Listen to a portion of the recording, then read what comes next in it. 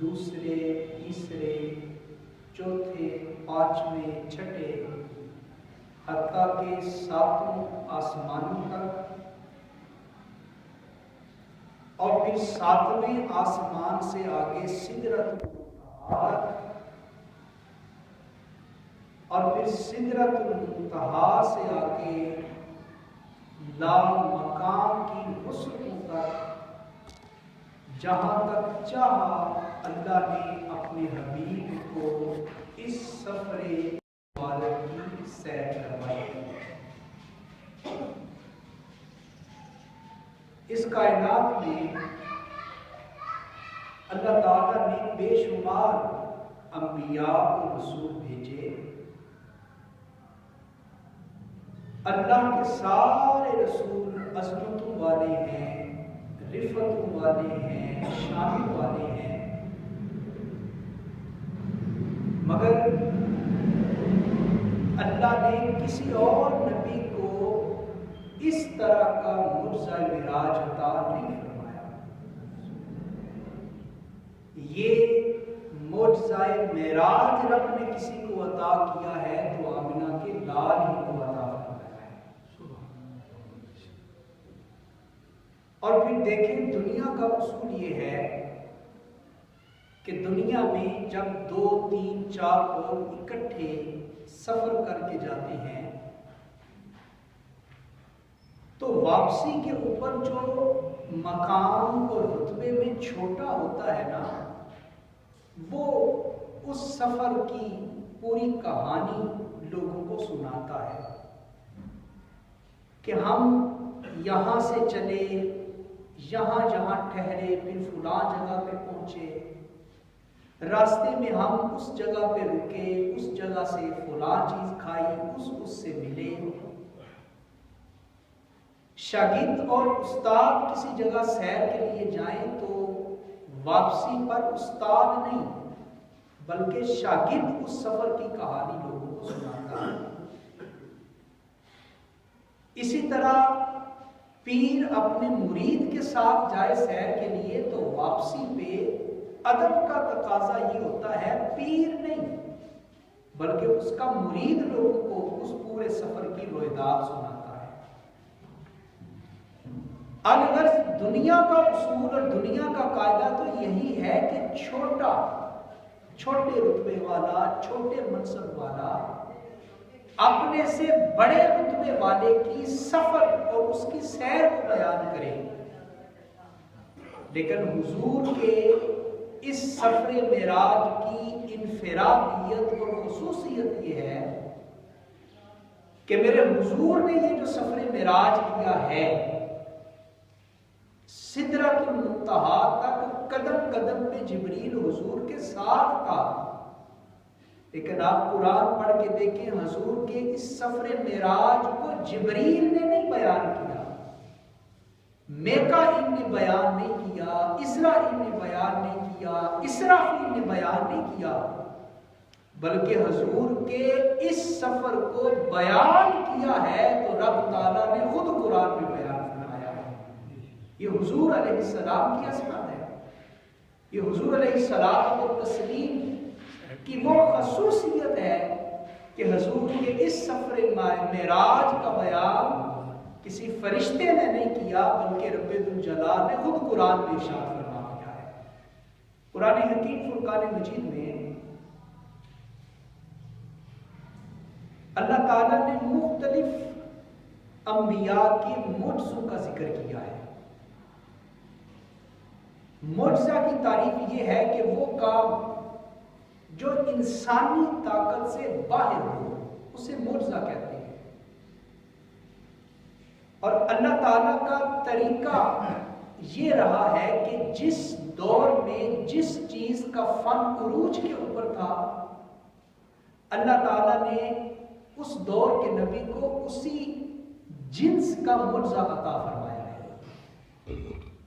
مثال کے طور پہ ایک زمانہ وہ تھا کہ جب لوگ سنگ تراش کے ماہر تھے، پہاڑوں کو چیرتے تھے، پتھروں کو توڑتے تھے، اور پہاڑوں کے اندر بڑے حیرت انگیز عالیشان محل اور بنگلے بنایا کرتے تھے۔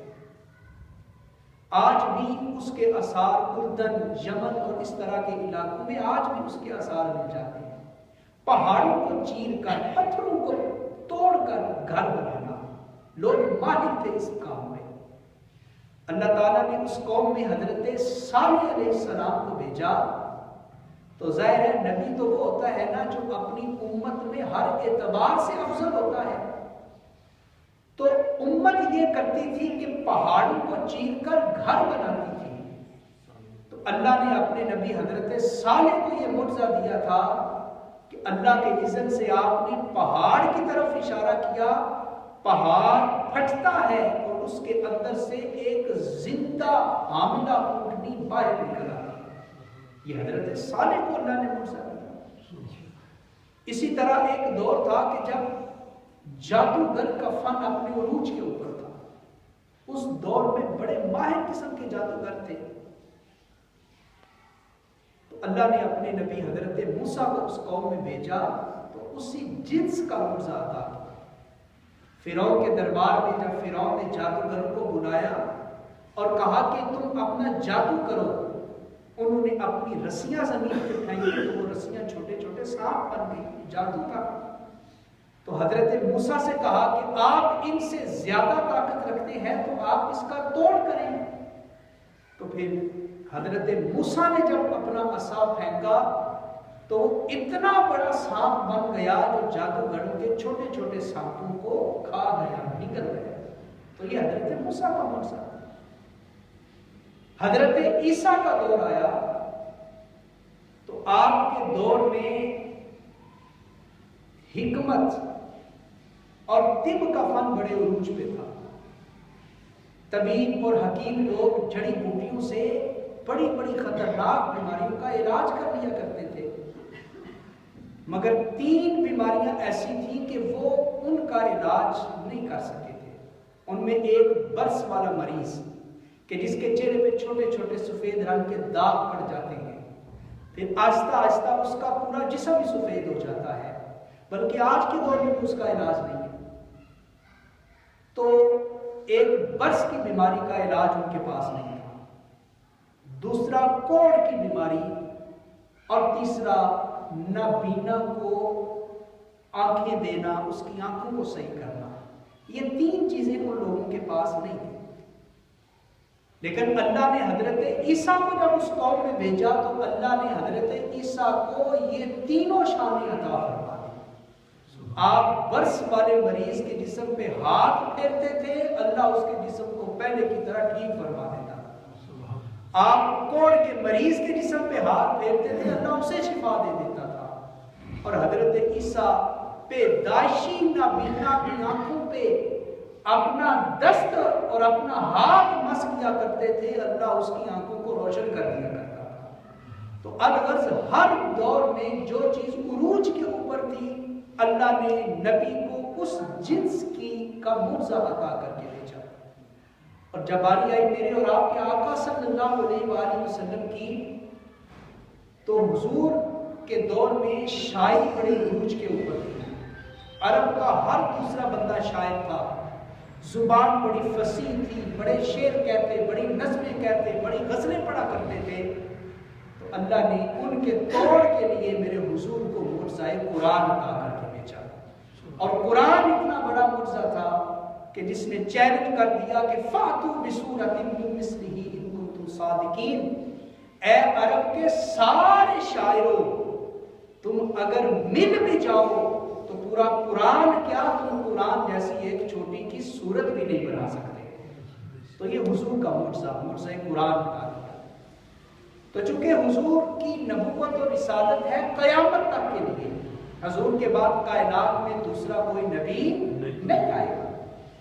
تو اللہ کے علم میں یہ بات تھی کہ ایک زمانہ ایسا بھی آئے گا کہ جب لوگ چاند پہ پہنچ جائیں گے، جب لوگ آسمانوں کی سیر کریں گے، مریخ میں لوگ قدم رکھیں گے، تو ہو سکتا ہے کہ بد وقت یہ کہہ دے کہ دیکھو ہم تو آسمان پہ پہنچ گئے، اور معاذ اللہ مسلمان جس نبی کا کلمہ پڑھتے ہیں ان کو یہ چیز نہیں ملی ہے۔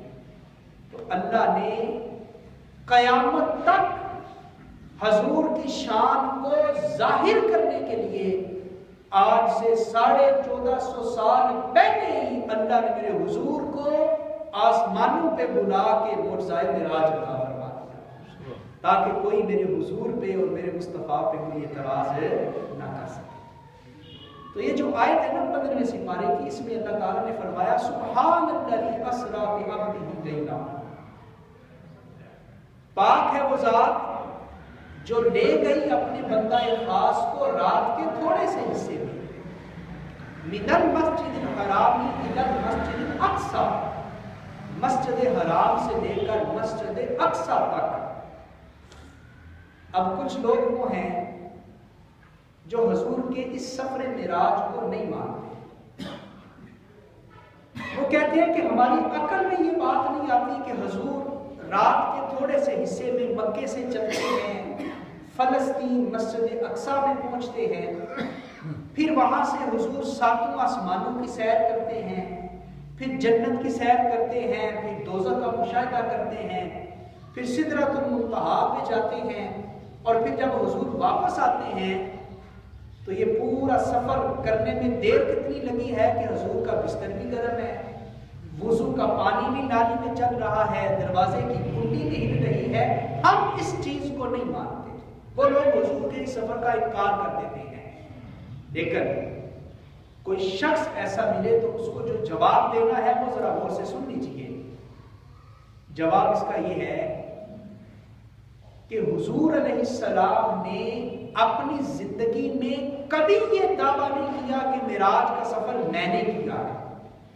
ذرا غور کیجیے گا اس بات پہ، حضور نے کبھی یہ نہیں کہا کہ معراج کا سفر میں نے کیا ہے، میں یہاں سے وہاں گیا ہوں، میں نے آسمانوں کو دیکھا، میں نے جنت کو دیکھا۔ حضور نے یہ دعویٰ نہیں کیا، بلکہ حضور کو معراج کروانے کا دعویٰ رب ذوالجلال نے خود فرمایا ہے۔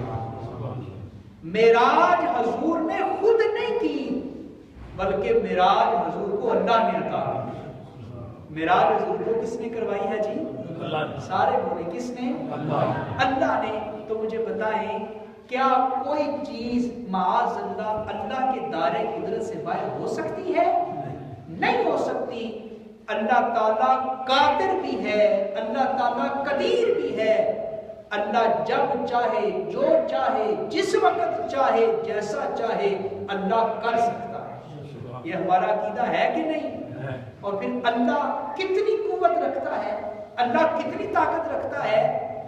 لوگوں اللہ میں تو اتنی طاقت ہے نا کہ اللہ نے بغیر ماں اور بغیر باپ کے مٹی سے اللہ نے حضرت آدم کو تخلیق فرما دیا۔ کتنی طاقت ہے اللہ میں۔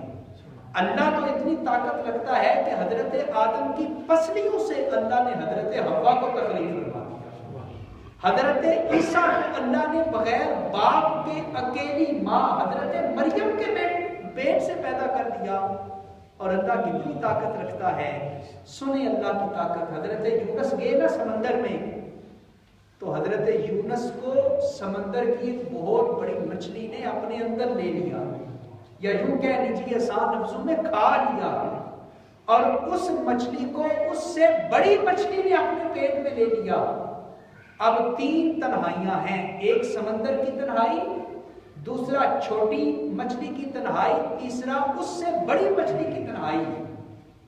40 دن کے بعد دیکھیں اللہ کی قدرت، 40 دن کے بعد اللہ اتنی طاقت رکھتا ہے کہ 40 دن کے بعد بغیر کسی تکلیف کے حضرت یونس کو اللہ سمندر سے صحیح سلامت باہر نکال دیتا ہے۔ کیا شان ہے میرے رب کی، کیا طاقت ہے میرے اللہ کی۔ تو جو رب بغیر ماں باپ کے حضرت آدم کو بنا سکتا ہے، جو رب حضرت آدم کی پسلیوں سے حضرت مائی حوا کو بنا سکتا ہے، جو رب حضرت عیسیٰ کو اکیلی ماں کے پیٹ سے پیدا کر سکتا ہے، جو رب حضرت یونس کو 40 دن تک سمندر میں زندہ رکھ سکتا ہے، ماننا پڑے گا کہ اس رب نے رات کے تھوڑے سے حصے میں حضور کو اپنے پاس بلا کر اللہ نے حضور کو معجزہ معراج عطا فرما دیا۔ لہذا حضور پہ کوئی اعتراض نہ کرو، اس لیے کہ معراج کرنے کا دعویٰ حضور نے نہیں کیا، بلکہ رب قرآن میں کہتا ہے